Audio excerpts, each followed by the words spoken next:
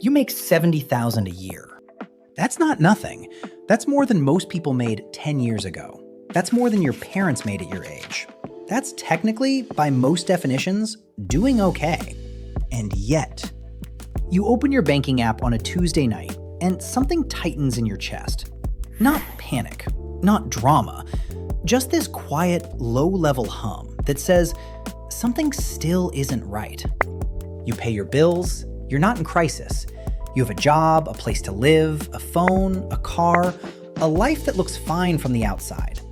But fine doesn't feel like enough, and enough keeps moving. 6 months ago, you thought, if I could just get to this number, I'd feel better. And you got here. And you don't. So tonight you're lying in bed doing the math again. Not because the math is wrong, but because you keep hoping it'll add up differently this time. It doesn't. And at some point, staring at the ceiling, you ask yourself the question that nobody warned you about. Why does more money feel exactly like less? That question has an answer, and it's simpler than you think, but it's also the thing that almost nobody explains clearly. Not your parents, not your school, not the finance videos that tell you to make a budget and drink less coffee. So that's what we're doing today. My name is Robert. This channel is called The Finance Human because money problems aren't math problems. They're human problems. And if you've ever felt broke at a salary that should feel like enough, hit subscribe before we get into this, because what I'm about to explain is going to change how you see every paycheck you earn for the rest of your life. Let's start here. Your salary is $70,000. After taxes, let's call it $52,000 take-home. That's about $4,300 a month. Rent, $1,400. Car payment, $380. Insurance, $180. Utilities, $120. Subscriptions you forgot about, $90. Groceries, $400. Gas, $140. Phone, $85. We're already at $2,795. Before going out, before doctor's visits, before anything unexpected, before being a person. You're left with roughly $1,500, and that $1,500 has to cover everything else your life actually is. So you stretch it, you're smart about it, you say no to things, you watch the account, and every month you make it work, but just barely, just enough to start the cycle again. Now, here's what most finance advice tells you to do at this point. Cut expenses, make a budget, track every dollar. And sure, fine, that's not wrong. But it completely misses what's actually happening, which is this. You are not broke. Your system is broke. There's a difference, a big one. You are not bad with money. You are running a lifestyle that was designed when you were making less, upgraded when you started making more, and is now locked in at a level that consumes whatever you earn. Economists call it lifestyle inflation. Lifestyle inflation is the technical term. But here's what it actually feels like from the inside. I remember the first time I felt it. Got a raise, moved to a better apartment, bought a better car, and 3 months later, I was checking my account with the exact same anxiety as before. I thought something was wrong with me. Turns out, I just didn't understand the mechanic. The mechanic is this. Every time your income goes up, your brain registers safety. So you spend toward that safety. Nicer apartment, better car, more options on the menu, more yes instead of no. And every upgrade feels completely reasonable in the moment, because it is reasonable. You earned it. You deserve better than where you were. But here's the part nobody tells you. Every upgrade creates a new floor.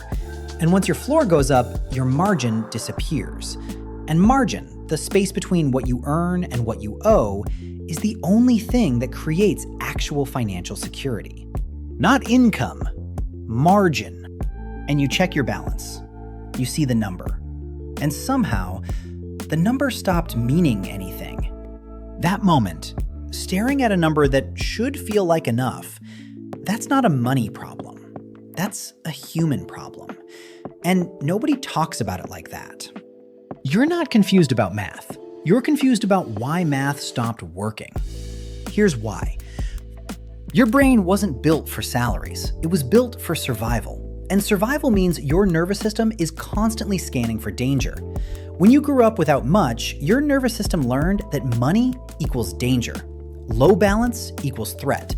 Unexpected expense equals emergency. And that wiring doesn't update just because your direct deposit went up. Your nervous system was trained on scarcity, and your brain doesn't know the difference.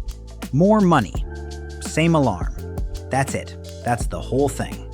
So you're not broken. You're running a human brain on a financial system that was never designed with human brains in mind. Now, let's talk about what actually changes this.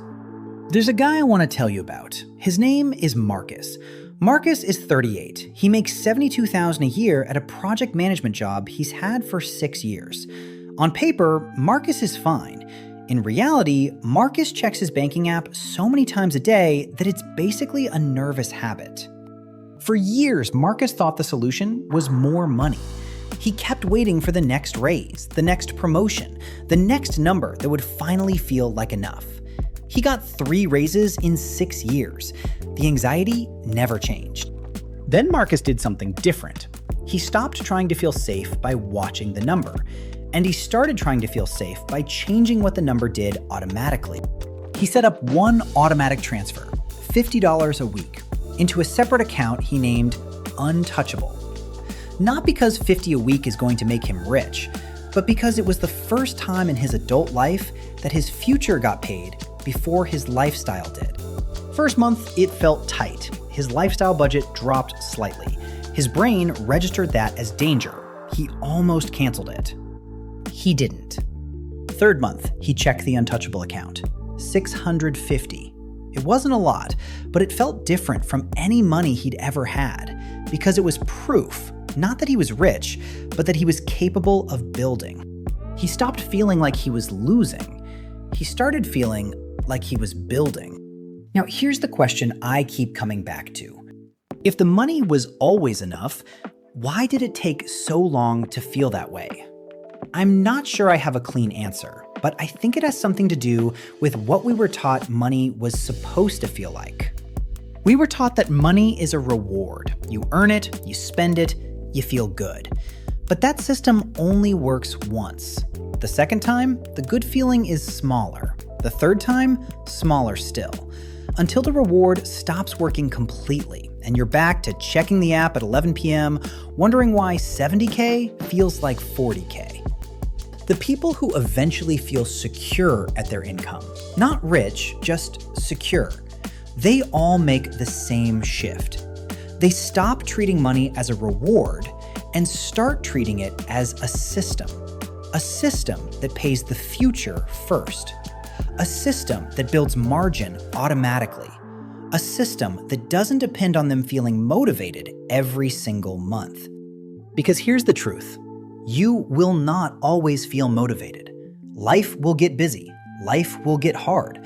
The car will break. The relationship will get stressful. The month will get weird. A system survives those months. Motivation doesn't. So if you take one thing from this video, let it be this.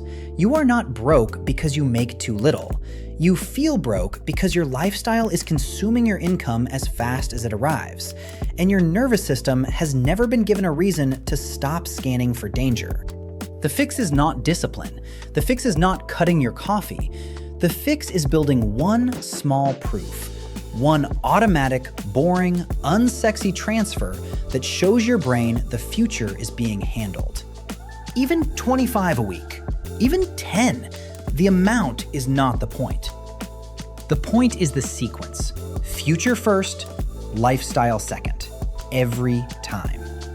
That is the simplest explanation of why you feel broke at 70,000. Not because you're doing it wrong, because nobody ever showed you the sequence. If this video explains something that's been sitting in the back of your mind for years, hit like. And if you want more videos that explain money like you're actually a human being, not a spreadsheet, not a robot, not someone who has it all figured out, subscribe to The Finance Human. I put out one video a week. Each one takes a concept that sounds complicated and turns it into something a 5-year-old could follow. Because the goal was never to impress you.